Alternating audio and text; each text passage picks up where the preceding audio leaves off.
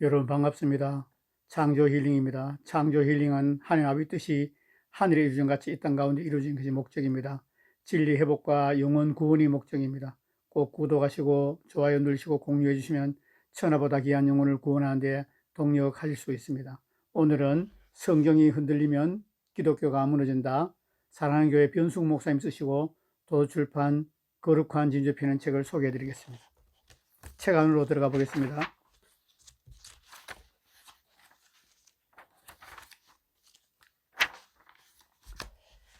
디모데후서 3장 15절에서 17절.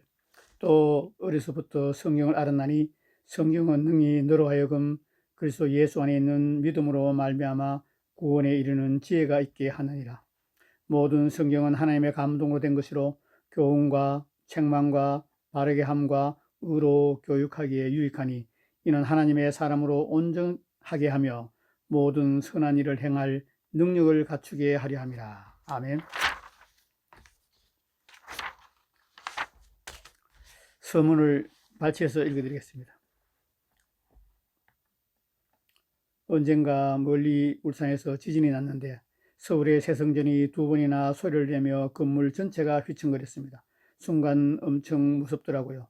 지진이 발생하면 땅이 흔들립니다. 즉 기초가 흔들려서 건물에 금이 가고 무너집니다. 영적으로도 마찬가지입니다. 그러면 절대 흔들려서는 안 되는 교회의 기초는 무엇일까요? 먼저 교회의 기초는 정확한 신앙 고백입니다. 마태복음 16장 16절에서 18절. 시몬 베드로가 대답하여 이르되 주는 그리스도시요 살아계신 하나님의 아들이시다. 예수께서 대답하여 이르시되 바요나 시몬아 내가 복이 있도다. 이를 내게 알게 하니는 혈육이 아니요 하늘에 계신 내 아버지시라. 또 내가 내게 이르노니 너는 베드로라. 내가 이 반석 위에 내 교회를 세우리니 음부의 권세가 이기지 못하리라. 아멘.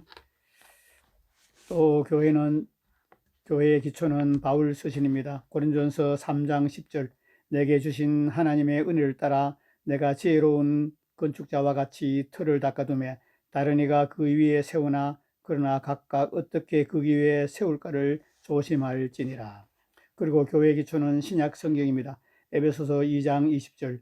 너희는 사도들과 선지자들의 터 위에 세우심을 입은 자라. 그래서 예수께서 친히 모퉁이 돌이 되셨느니라. 아멘. 한마디로 절대 흔들려서는 안 되는 교회의 기초는 성경입니다. 성경의 권위가 흔들리면 교회가 흔들립니다. 성경의 권위가 무너지면 교회가 무너집니다. 일례로 성경의 외경 7권을 추가한 가톨릭은 오래전에 무너졌습니다. 또 자유주의 신학으로 성경을 난도질한 유럽 교회도 잔해만 남았습니다. 미국 교회는 반파되었고 한국 교회도 흔들리기 시작했습니다.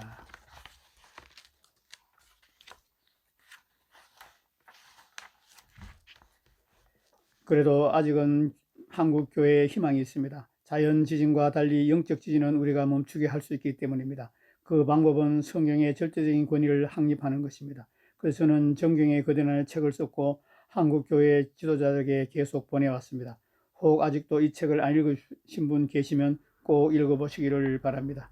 아쉬운 것은 정경의 권위가 보수주의자들을 설득하기는 충분하거나 자유주의자들에게는 그렇지 못하다는 점입니다. 정경의 권위는 성경의 권위를 성경으로 입증한 책입니다. 그래서 성경의 권위를 믿는 보수주의자들에게는 통하지만 이를 인정하지 않는 자유주의자들에게는 효과가 줄어듭니다. 그래서 저는 여러 해 동안 고민을 많이 했습니다. 자유주의자들도 설득할 수 있는 답을 알기 원했습니다.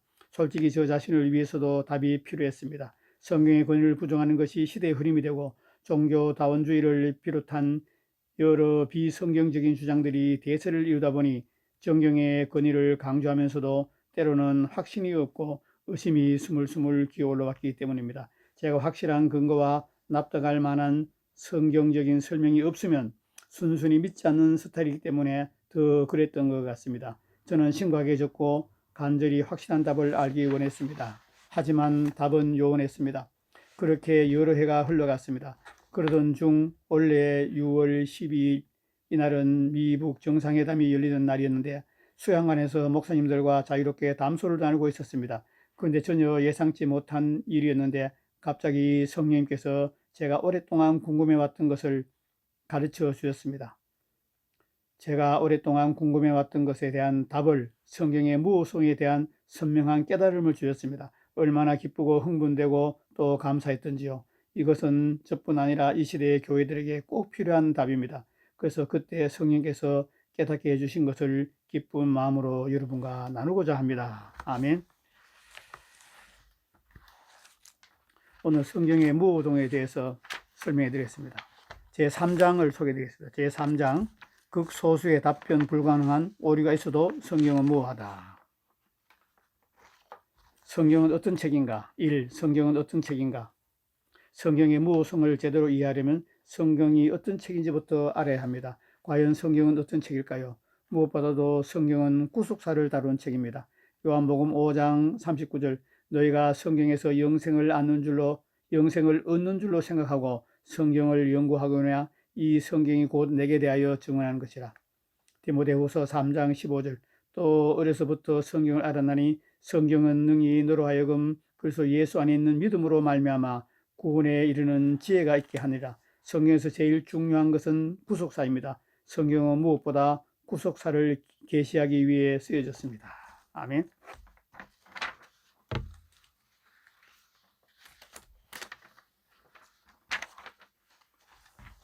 이 성경의 무는 어떤 의미인가?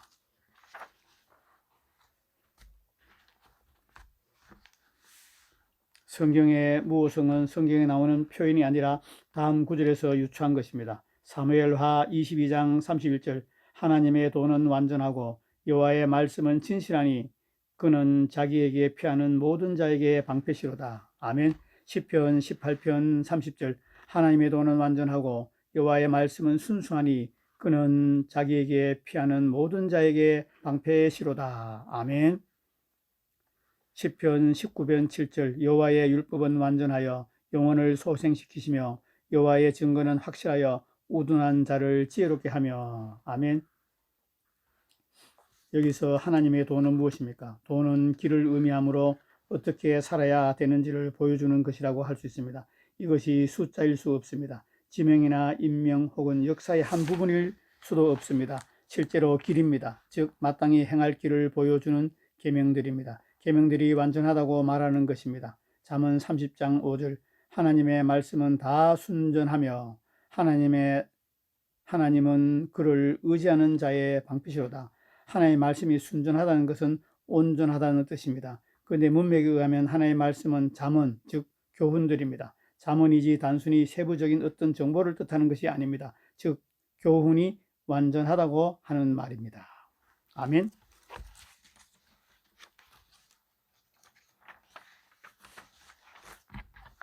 성경 3. 성경 저자들에게 임한 영감은 구체적으로 어떤 것인가?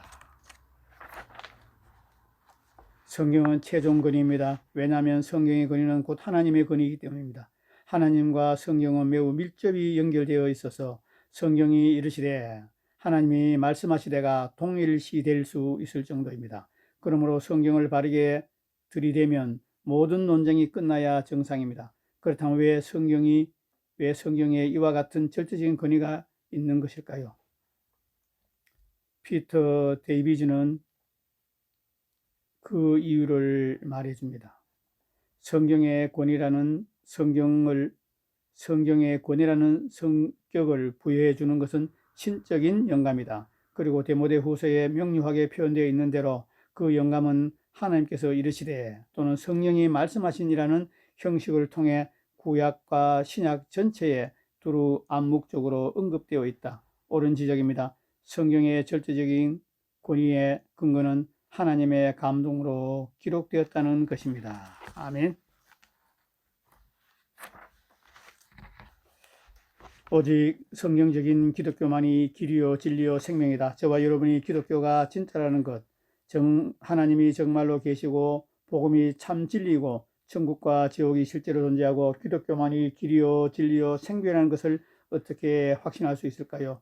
현대인들은 성경의 권위를 인정하지 않습니다. 가톨릭은 물론 개신교 안에서도 많은 이들이 자유주의 신학에 오염되어 성경의 권위를 인정하지 않고 있습니다. 그 수가 날로 늘고 있습니다. 현실이 이런데 그들이 틀렸다고 우리가 옳다는 것을 어떻게 알 수 있을까요? 그리고 확신을 가지고 전할 수 있을까요? 1. 첫 번째 증거, 예수님의 부활. 저는 성경의 모호성 문제로 고민을 많이 했습니다. 저는 맹신한 스타일이 아닙니다. 목사이지만 의심이 들어올 때도 있었고 때로 갈등하고 고민도 했습니다. 그럼에도 불구하고 제가 그 고비를 넘길 수 있었던 것은 하나님이 직접 주신 증거 때문입니다. 사도행전 17장 31절, 이는 정하신 사람으로 하여금 천하를 공의로 심판하는 날을 작정하시고 이에 그를 죽은 자 가운데서 살리신 것으로 모든 사람에게 믿을 만한 증거를 주셨습니다. 아멘. 하나님은 그냥 믿으라고 하시지 않고 우리에게 믿을 만한 확실한 증거를 주셨습니다. 하나님이 주신 증거는 바로 예수님의 부활입니다. 부활은 사람들이 꾸미는 이야기가 아니라 실제로 일어난 역사적인 사건입니다. 사도행전 1장 3절, 그가 고난받으신 후에 또한 그들에게 확실한 많은 증거로 친히 살아계심을 나타내사 40일 동안 그들에게 보이시며 하나님 나라의 일을 말씀하시니라. 아멘. 하나, 부활에는 확실한 증거들이 있다. 증인이 있느냐 없느냐 결정적으로 중요합니다. 부활에는 부활하신 예수님을 목격한 많은 증인들이 있습니다. 고린전서 15장 3절에서 7절, 내가 받은 것을 먼저 너희에게 전하였노니 이는 성경대로 그리스도께서 우리 죄를 위하여 죽으시고 장사 지낸 바 되셨다가 성경대로 사흘 만에 다시 살아나사 게바에게 보이시고 후에 12제자에게와 그 후에 500여 형제에게 일시에 보이셨나니 그 중에 지금까지 대다수는 살아있고 어떤 사람은 잠들었으며 그 후에 야고보에게 보이셨으며. 아멘. 부활하신 예수님을 만난 증인들에 대한 기록인데 증인들의 리스트를 빠짐없이 작성하면 다음과 같습니다. 첫째, 막달라 마리아. 둘째, 여인들. 셋째, 글로바와 그의 동행자. 넷째, 베드로. 다섯째, 도마를 제외한 10명의 제자. 여섯째, 도마를 포함한 11명의 제자. 일곱째, 디베라 바다의 7제자. 여덟째, 주님의 형제 야고보. 아홉째, 감난산의 500명. 이처럼 예수님은 약 10차례에 걸쳐 500명 이상의 사람들에게 나타났습니다. 증인이 무려 500명이 넘습니다. 그러므로 부활은 팩트 자체입니다. 둘, 부활에는 확실한 증언들이 있다. 증인이 있어도 증언하지 않으면 소용이 없지요. 그런데 부활의 증인들은 부활하신 주님과 만난 것을 또렷하게 증언했습니다. 막달라 마리아와 여자들, 엠마오로 가던 글로바와 또 한 제자, 베드로와 다른 사도들, 복음서 저자들, 그리고 바울이 부활하신 예수님을 만난 것을 이구동성으로 증언했습니다. 참고로 예수님의 부활에는 전설을 만들어내는 사람들이 의당 그려내기 마련인 내용들, 즉 부활 자체에 대한 극적인 장면 대적을 당황시키기 위해 짠 하고 그들에게 나타나시는 모습 같은 것은 없고 최초의 목격자가 되는 영광도 베드로나 요한이나 모친인 마리아에게 주지 않고 막달라 마리아에게 주었습니다. 이것은 부활에 대한 기록이 매우 진실하고 사실적이라는 것을 보여주는 하나의 반증입니다. 셋, 부활에는 확실한 논증들이 있다. 사도들의 담대한 복음 전파와 순교, 두려워서 문을 안으로 잠그고 있던 사도들이 어떻게 박해 중에 담대히 복음을 전하게 되었을까요? 특히 계집종 앞에서도 주님을 부인했던 베드로가 어떻게 공회 전체로도 말문을 막을 수 없는 대장부가 되었을까요? 바울과 누가는 그에 대한 부분적인 설명을 누가복음 24장 34절과 고린도전서 15장 5절에 제공했습니다. 게바에게 보이시고 후에 12제자에게와. 만약 부활이 베드로와 사도들의 조작이었다면 그들은 이렇게 담대히 복음을 전하지 못했을 것입니다. 심리학이 가르쳐주시 양심을 괴롭히는 거짓말보다 인간을 더 소심하게 만드는 것은 없기 때문입니다. 누가 거짓말을 위해 목숨을 걸겠습니다. 누가 거짓말을 위해 목숨을 걸겠습니까? 그러므로 사도들의 변화를 설명해 줄 수 있는 것은 예수님의 부활뿐입니다. 둘, 예수님의 동생 야고보의 돌연한 변화. 예수님께 4명의 동생들이 있었는데 그들은 예수님을 비꼬고 믿지 않았습니다. 그런데 놀랍게도 그런 야고보가 예수님의 영광의 주라고 불렀습니다. 온갖 기적을 행하며 살아있을 때도 믿지 않았던 그가 십자가에서 처참하게 죽은 후에 형을 믿게 된 이유가 무엇일까요? 고린도전서 15장 7절에 그 이유가 나와 있습니다. 그 후에 야고보에게 보이셨으며. 셋, 초대교회의 폭발적인 부흥과 발전.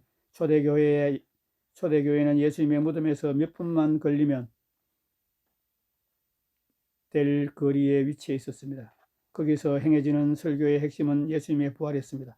게다가 유대 당국은 예수님이 부활하셨다는 사실을 감추기 위해 교회를 박해했습니다. 그런데도 초대교회는 3,000명, 5,000명, 수만 명으로 계속 성장했고 허다한 제사장의 무리까지도 이 도에 복종했습니다. 부활이 사실이 아니면 도저히 불가능한 일입니다. 넷, 오순절에 임한 성령의 강림. 세례 요한은 예수님이 불과 성령으로 세례 주신 분이라고 했습니다. 그러나 12제자 중 누구에도 성령 세례가 주어지지 않았습니다. 그런데 엘리야의 심령과 능력으로 온 세례 요한도 줄 수 없었던 성령 세례가 오순절날 모두에게 주어졌습니다. 예수님 외에 누가 이 일을 할 수 있겠습니까? 베드로가 사도행전 2장 32절 33절에서 증언한 대로 이것은 부활하신 예수님이 하나님께 받아서 부어준 것입니다. 다섯, 기독교의 주일 제도. 유대인들은 안식일, 토요일에 열광적으로 집착했고 초대교회는 거의 유대인들이었습니다. 그러므로 그들의 모임이 주일, 일요일로 변경된 데는 깊은 의미가 있는 매우 놀라운 사건이 요구됩니다. 그런데 그럴 만한 사건은 예수님의 부활 외에는 없습니다. 부활에는 확실한 물증들이 있다. 부활에는 도저히 부인할 수 없는 결정적인 물증들이 있습니다. 바로 로마 군들이 지키고 있던 빈 무덤입니다. 빈 무덤은 세계 최강의 로마 군인들이 지키고 있기 때문에 더 결정적입니다. 지금은 그 위에 성전이 세워져 있고 순례자들의 발걸음이 끊이지 않고 있습니다. 아멘.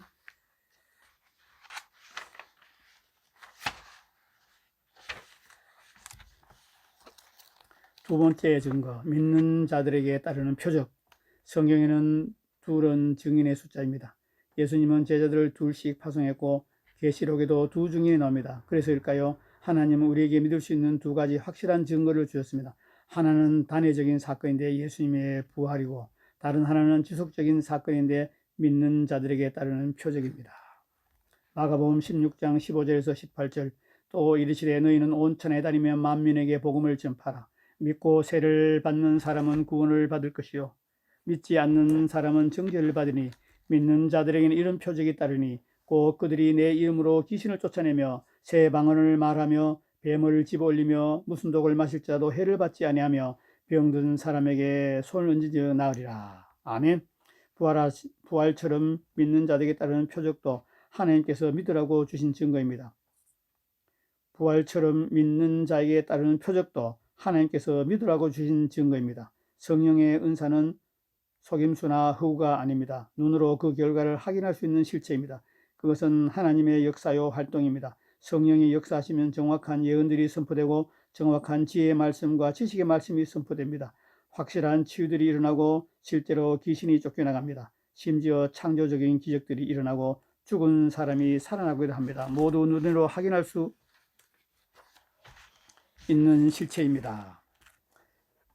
이것은 하나님이 계시지 않으면 일어날 수 없는 일들입니다. 보이지 않는 하나님을 보여주는 것입니다. 의심을 떨쳐버리십시오. 그리고 예수님을 믿기 바랍니다. 그런데 우리가 어찌 이 증거들보다 자유주의 신학자들의 주장을 더 믿을 수 있겠습니까? 만약 기독교가 단지 신약 성경에 의해 생겨난 것이라면, 즉 단지 인간의 상상과 합의를 통해 만들어진 것이라면 부활은 일어나지 않을 것입니다. 또 표적과 기사 역시 일어나지 않을 것입니다. 그저 교리와 종교의식만이 있어야 합니다. 교리, 전통, 종교의식, 예배, 종교적인 의무만 존재해야 합니다. 그러나 기독교는 종교가 아닙니다. 기독교는 공허하지 않습니다. 기독교는 사람을 변화시키는 능력이 있고 정확한 예언이 있고 실체적인 치유와 축사가 있습니다. 왜냐하면 기독교는 종교가 아니라 오늘날도 살아 계셔서 역사하시는 예수님이기 때문입니다. 아멘.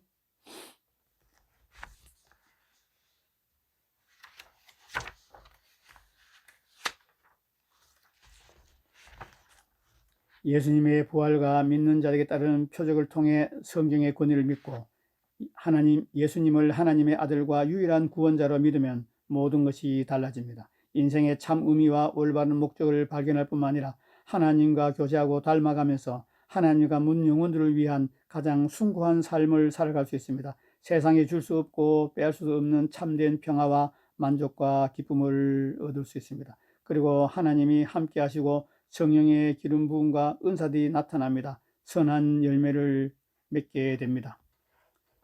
놀라운 기쁨과 평화와 영적인 만족, 즉 천국을 이 땅에서 실제로 경험하게 됩니다. 많은 사람들이 자신의 삶을 하나님께 드리고 온전히 하나님께 올인하며 하나님의 부르시고 하나님이 인도하신 대로 따라 순종합니다. 이들이 받은 계시들은 실제로 이루어지고 사람이 모방할 수 없는 초자연적인 놀라운 기적과 역사들이 삶 속에 나타나고 그로 인해 수많은 영혼들이 구원을 받고 영혼이 변화됩니다. 성경이 주장하는 복음과 진리가 참이기 때문에 일어나는 것입니다. 즉 성경이 진짜로 하나님의 말씀이기 때문에 일어나는 말입니다. 만일 자유주의 신학자들이 주장하듯 성경이 그저 인간의 글이라면 이런 일들은 절대로 일어날 수 없습니다. 그러므로 이것을 기억하고 성경에 대한 의심을 떨쳐버리십시오. 어린아이 같은 마음으로 성경의 권위를 믿고 성경이 증거하는 예수님과 복음과 진리를 받아들이십시오. 성경대로 믿고 성경대로 말하고 성경대로 사십시오. 그리고 할 수 있는 한 많은 이들에게 성경의 진리를 전하는 여러분 되시기를 예수님으로 축복합니다. 아멘. 오늘은 성경이 흔들리면 기독교가 무너진다. 사랑하는 교회 변숙 목사님이 쓰시고 또 출판 거룩한 진죄 펴낸 책을 소개해 드리겠습니다. 여러분, 성경의 근위를 무너뜨리는 자들이 많습니다. 사탄의 괴계에 사탄의 속임수에 넘어간 자들이 너무나 많습니다. 특별히 신학자들이 그 중에 많습니다. 신학자 중에 비성경적인 학문을 성경적으로 착각하고 신학교에서 학생들에 가르치는 참으로 어처구니 없는 사꾼들이 너무나 많습니다. 성령의 역사를 부정합니다. 성령의 은사를 부정합니다. 성경에 나오는 기적을 부정합니다. 예수님이 무리를 걸으시고 죽은 자를 살리시고 오병이어의 기적을 이루시는 이런 기적적인 사건들을 다 부정합니다. 여러분, 하나님의 말씀은 천천금보다 귀합니다. 복음이 증거되어야 합니다. 복음이 바로 선포되어야 합니다. 복음이 올바로 해석되고 복음이 올바로 하나님의 말씀대로 하나님의 뜻대로 선포되어야 합니다. 복음은 믿는 자들에게 구원을 주신 하나님의 능력입니다. 이 복음은 모든 믿는 자에게 구원을 주신 하나님의 능력이라고 말씀하셨습니다. 복음이 능력이 아니면 저와 여러분은 구원받을 수 없습니다. 복음이 능력입니다. 하나님은 지금도 살아 역사하십니다. 성경을 기록한 목적은 역사서가 아닙니다. 성경을 기록한 목적은 숫자나 사건의 나열이 아닙니다. 복음을 기록한 목적은 구원론입니다. 복음을 기록한 목적은 구속사입니다. 복음을 믿고 예수님의 인과 구조를 영접하면 구원받을 수 있습니다. 믿는 자에 따른 표적이 나타납니다. 저도 구원받은 하나님의 자녀입니다. 저에게도 표적이 나타났습니다. 저는 방언으로 기도하게 되었고 저는 성경을 읽지도 않고 일반 책도 거의 읽지 않은 사람이었는데 성령 세례받고 하나님 아버지 영이신 성령님, 예수님이 영인 성령님이 내주하심으로 내 죽은 영을 살리시고 굳은 마음을 제하시고 부드러운 새 마음을 줘서 성경을 밥 먹듯이 읽고 신앙 서적을 밤이 새도록 읽었습니다. 그리고 오늘 지금 제가 창조일링 유튜브를 하는 것도 성령 하나님의 인도하심입니다. 성령 하나님의 인도하심 없이는 저는 책을 읽을 수 없고 유튜브도 할 수 없고 방송할 수 없습니다. 제가 산 증인입니다. 여러분, 성경을 부정하는 사람들에게 말씀하십시오. 부활을 증거하십시오. 믿는 자에 따르는 표적을 증거하십시오. 그러면 입을 다물게 될 것입니다. 여러분, 꼭 성령의 역사가 충만한 교회에서 신앙생활 하시기를 권면드립니다. 성령의 역사를 부정하고 은사를 부정하고 은사 종결론자들, 은사 중단론자들, 칼빈주의자들은 사꾼들이 많습니다. 여러분, 마지막으로 한 말씀 드리고 마치겠습니다. 너희는 온 천에 다니며 만민에게 복음을 전파해라. 내가 가르치고 분부한 모든 것을 지켜 행하라. 믿는 자에게 표적이 따른다. 내 이름으로 귀신을 쫓으며 새 방언을 말하며 뱀을 집어 올리며 무슨 독을 마셔도 해를 받지 아니하리라. 병든 자에게 손을 쥐니 나으리라. 내가 진실로 내게 이르노니 나를 믿는 자들은 나의 하는 일을 저도 할 것이요 이보다 큰 일도 하리니 이는 내가 아버지께로 가미로다. 예수님이 승천하시면서 예수님의 사역 우리에게 위임하셨습니다. 예수님의 모든 사역을 믿는 성도에게 위임하였습니다. 예수님 올 때까지 은사는 계속되어야 합니다. 예수님 오실 때까지 기적과 표적과 이사는 충만하게 일어나야 합니다. 은사는 예수님이 살아계심을 증거하는 것입니다. 은사는 하나님 말씀이 진리임을 증거하는 것입니다. 예수님의 사역은 진리를 통해서, 예수님의 사역은 은사를 통해서 지금도 살아계심을 증거할 수 있습니다. 저와 여러분은 예수님의 대사입니다. 저와 여러분은 예수님의 살아있는 편지이고 살아있는 증인입니다.